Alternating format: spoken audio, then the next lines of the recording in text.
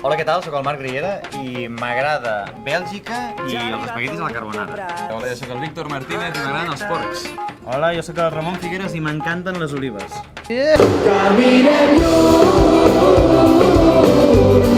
El Doctor Pas va començar, ara deu fer 4 anys, una cosa així, i una mica va ser la idea de poder fer un projecte musical, sobretot amb gent que, amb alguns amics o companys que ens havíem retrobat en altres projectes solitaris i finalment doncs, va sorgir aquesta idea. El que passa que era molt complicat de portar-ho a terme perquè un estava vivint a Suècia, per exemple, en el cas del Ramon, Noruega i després Suècia, el Miqui, per exemple, estava als Estats Units de gira i tothom estava bastant desperdigat i hi havia moltes coses, no? I finalment no sé, es van com ajuntar les estrelles i els astres i vam coincidir d'alguna manera i vam poder formar-ho, amb bastantes penes, no? Però finalment ho vam aconseguir. Aleshores mai vam arribar a ser un grup virtual, tot i que la idea sí que era aquesta, no? Vam començar amb uns vídeos que pretenien doncs, només estar a internet, al YouTube, i de sobte va funcionar molt ràpid, ens van trucar d'un manejament al cap de 2 setmanes o d'una setmana o unes hores, i de sobte ja va passar a ser un grup real, vam passar a tenir concerts, tot això, sí que mai vam ser un grup virtual en si.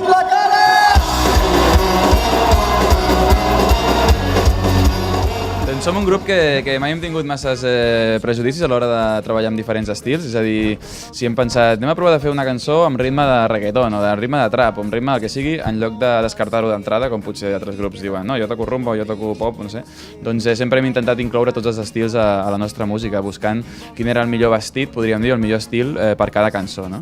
Això ens ha fet doncs, ser un grup en aquest aspecte molt eclèctic, no?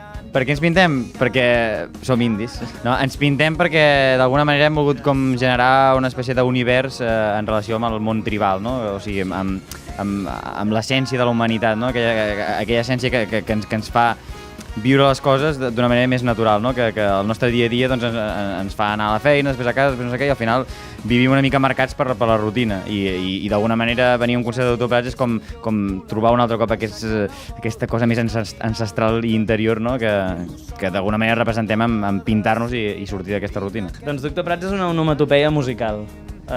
Sí, igual que els gossos fan bup-bup i els gats fan miau-miau, doncs la bateria fa tutupà, tutupà, el so que fa el bombo i la caixa, tutupà, tutuprà, Doctor Prats, és aquesta broma musical.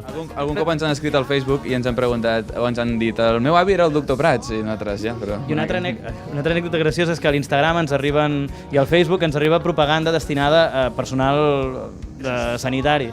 Per exemple, pruebe l'último desfibrilador, no sé què, perquè vam veure Doctor Prats i després ens ho envien allà.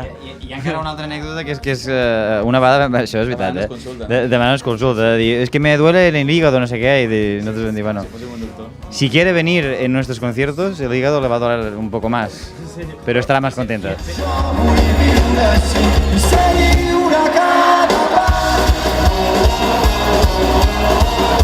El nou disc Venim de lluny és un disc que és diferent dels altres, bàsicament, o sigui, a nivell estilístic també ens hem deixat anar una miqueta més i també té un component molt interessant i és que han sorgit nous compositors.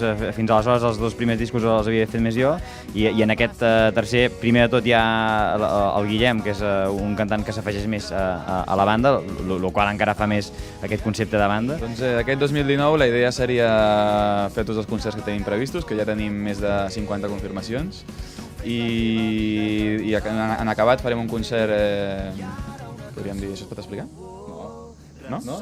Sí. No. Vale, doncs, fins on vols explicar?